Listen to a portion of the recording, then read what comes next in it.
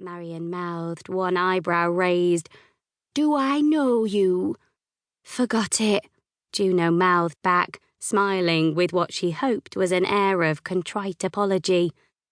"Again?" "Again. Come on, Marion, let me in." A small patch of mist appeared on the cold glass as Juno peered through the door which led directly into reception and absent-mindedly wrote, "I love Boyzone," before obliterating the sentiment into a wet puddle with her gloved hand. God, it was freezing out here. "Do we have to go through this pantomime every morning?" she asked irritably once Marion acquiesced and pressed the button behind the counter, opening the doors and letting her through into the warmth. "I can't be sure who you are if you constantly forget your identity card," Marion sniffed. "For all I know, you could be a terrorist or a stalker." Kyra, one of the junior receptionists, had had trouble with an ex-boyfriend who wouldn't accept he was an ex, constantly sending flowers he couldn't afford to the surgery and waiting in the car park for her shift to finish. Hardly a stalker, but Marion, enjoying the whole drama of it all, had revved it up as such and threatened to call the police. In the end, Juno had gone out to his battered old Corsa, opened the door and sat with him while he sobbed. 10 minutes later, he was gone, his stalking career finished before it had even started. "Haven't got the time or energy to stalk anyone, Marion. I wish I had. Morning, Declan. It might liven up my somewhat mundane existence." "Dr. Armstrong, I hardly think trivializing stalking—" "Juno, staff meeting at 1, don't forget." Declan patted her absent-mindedly on her shoulder as he walked towards his room. "And I think Izzy wants a word." Juno glanced at the clock. 10 minutes before her first patient.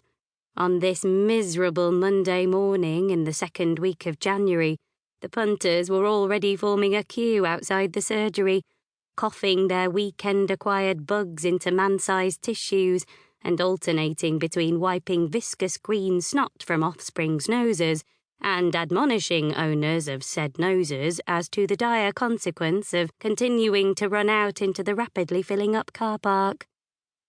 10 minutes to grab a coffee, fire up the computer and warm up her hands before placing them on a pregnant abdomen, a swollen neck, or, please God, no, it was a Monday morning and she'd not had time for breakfast, a problematic penis.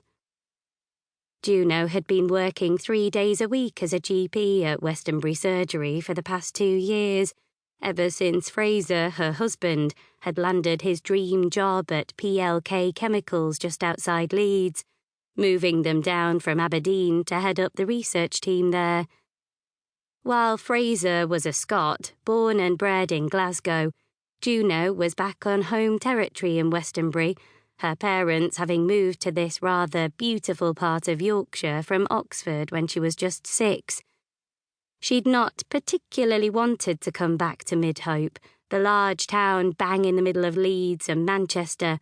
She'd been away since she was 18, first at Aberdeen University studying medicine and then, once they'd married, settling with Fraser and the kids on the outskirts of Aberdeen itself. But they'd not wanted to live in Leeds and, with Juno's mother and 2 of her sisters still here in Westenbury, they'd just sort of drifted back this way. Izzy, Declan's wife and partner at the surgery, popped her head round the door as Juno started to divest herself of coat, scarf, gloves and fleece. "God, Juno, how many layers have you got on? I'd have thought coming down from Scotland you'd find Yorkshire positively tropical." "I need something hot now I no longer have a man to keep me warm at night." Juno pulled a pitiful poor little me face. "How's it going?" Izzy smiled sympathetically. "You know, first weekend on your own and all that." "Bloody marvellous," Juno grinned. Nobody snoring in bed, the TV control to myself, no having to make...